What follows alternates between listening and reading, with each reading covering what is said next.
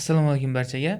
Demak, Amon School xususiy maktabining afzalliklarini to'liqroq o'rganish uchun va Amon School xususiy maktabi haqida to'liqroq ma'lumotga ega bo'lish uchun savol-javob rubrikamizni davom qilamiz. Bunda bizga Xushid og'am yordam beradi. Demak, Amon School xususiy maktabi bitiruvchisi albatta ikki tilni, ya'ni ingliz tili va rus tilini aniq gaplashadigan darajada bo'ladi, desak bo'ladi. Buni sal chuqurroq tahlil kerak. Ingliz tilidan C1 darajada va rus tilidan B2 darajada bilishi bizlar asosiy maqsadimiz bu yerda. Kamida. Undan oshirish harakat etamiz, lekin minimal shuni kutib turibmiz bizlar. Demak, bu 7-sinfgacha bo'lgan maxsus fanlar edi. Maxsus fanlar edi. Undan keyin skills degan fanimiz bo'ladi. Bu yerda asosan fanimiz emas, modulimiz. Buni ichida fanlar bor. Birinchi fanimiz dunyo qarashini kengaytirish va shaxsiy rivojlanish fani. Bu fanni qo'shishimiz asosiy sababi ko'pchilik o'quvchilarimizda hali matematikani yoki rus tilini yoki ingliz tilini o'rganish arakda tursin, oddiy kun tartibini tuzish, to'g'ri ovqatlanish, to'g'ri navbatda turish, gigiyena qoidalari, ko'chada yurish qoidalarini bilmaydi. Shaxsiy rivojlanishdagi ko'pchilik yetishmovchiliklar ularda seziladi. Biz shuni yo'q qilish maqsadida shaxsiy rivojlanish va dunyo qarashini kengaytirish fanini qo'shdik. Va bu 1-sinfdan 11-sinfgacha o'zgarishsiz qoladi. Ya'ni fanimiz rivojlanadi, dinamikni rivojlanadi, lekin shu fanimiz albatta bo'ladi. Haftasini 3 marta. Sinfina qarab moslashib borish mumkin. Albatta, birinchi sinflarda masalan kun tartibi qo'yilmaydi. Birinchi sinfda oddiy tabiat bilan aloqa, ota-ona bilan munosabatlar, shunga o'xshash fanlar o'rgatilsa, katta sinflarda xorijiy universitetlarda qanday hujjat yig'iladi, qaysi davlat madaniyati nechik, o'rganib yashash kerak degan narsalarga javob beriladi. Yaxshi odatlarni shakllantirish, yomonlardan qutulish, albatta.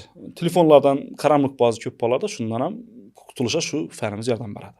Undan tashqari ko'nikmalarda masalan meditsinskiy ko'nikmalar bor, biznes ko'nikmalari bor.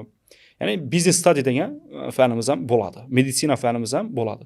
Ya'ni ko'pchilik bolalar yoshlikda doktor bo'lasan desa yo'q dedi.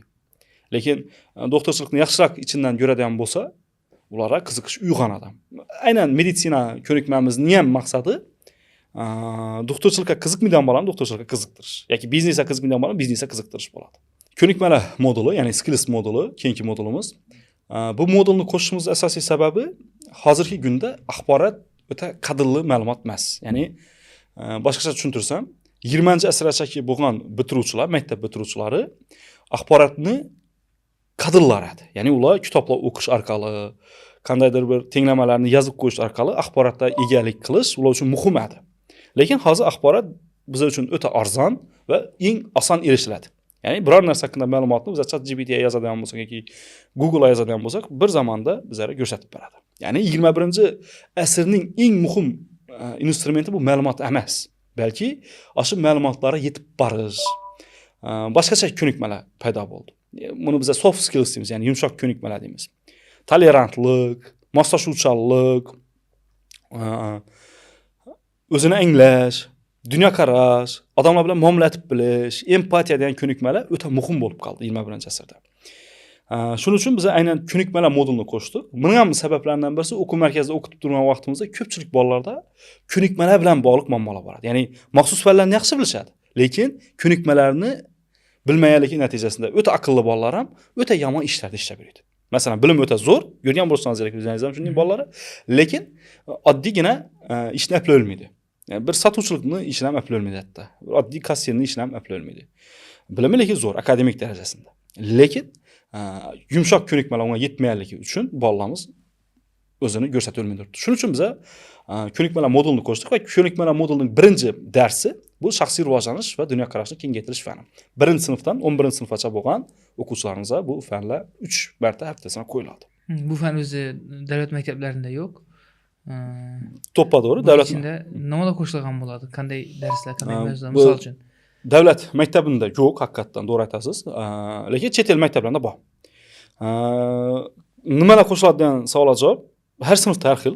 Masalan, 11-sinf bola uchun qo'shiladigan narsalar universitet tanlash, universitetning suhbatlarına tayyorlanish, suhbatlar, besedalar deydi, besedalarda o'tishga tayyorgarlik ko'rish, insho yozish, motivation letterlar yozish, shu kabi ko'nikmalar o'rgatiladigan bo'lsa, bu nimamizda 1-sinflarda esa o'zlikni anglash, ota-onaga munosabat, navbatda turish, ijtimoiy odoblar degan şəxsi rivojlanish və dünya qarashını kengaytirish bilan bog'liq bo'lgan narsa bo'ladi. Bunda biz asosan yozishdan bolalara odat etəcəyimiz, ya'ni ular kundaliklar yozishadi, o'zlarini fikrlarini yozmoq o'rganadi. Shu yozadigan instrumentlardan biz oddiy daftarlar emas, Notion kabi programmalarda ulara o'rgatishga harakat etamiz. Undan tashqari skills ichida faqat shaxsiy rivojlanish va dunyo qarashini kengaytirish emas, undan tashqari meditsina ko'nikmasi bor, business study ko'nikmasi bor, san'at va sport ko'nikmalari. Eng muhimi undan tashqari sun'iy intellekt va IT degan ko'nikmalarimiz ham qo'shiladi. Nechun aynan sun'iy intellekt? Sababi masalan bir yaqinda kasb bor edi, copywriterda ham hozir ham bor. Lekin ChatGPT sun'iy intellekt har qanday o'rtachadan yaxshi copywriterdan yaxshi matn yozib turibdi. Matn generator sifatida. Copywriterdan ham, ssenaristdan ham. Даже ssenaristdan ham yaxshi yozib turibdi. Shuning uchun biz sun'iy intellektdan foydalanishni o'rgatish uchun sun'iy intellekt va IT darslarini ko'nikma sifatida qo'shdik. Ya'ni u shunday ko'nikmaki, masalan IT darsida bola faqat IT programmani yozish emas, PPTni tuzib, o'zini prezentatsiyasini namoyish etib berishni o'rganadi. Ertangi bir kun elevator pitch deydi, qisqa muddat ichida o'zini loyihasini ota-onasina, investora, kimdir taqdim etmoqga o'rganadi. Bunda unga albatta IT va sun'iy intellekt mahsulotlari yordam beradi.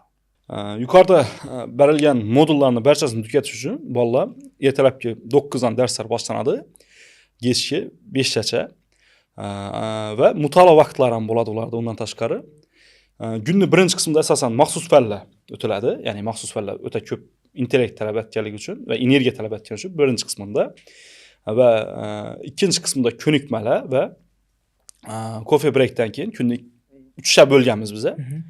Coffee breakdan keyin davlat umumta'lim standarti asosidagi fanlar o'tib beriladi.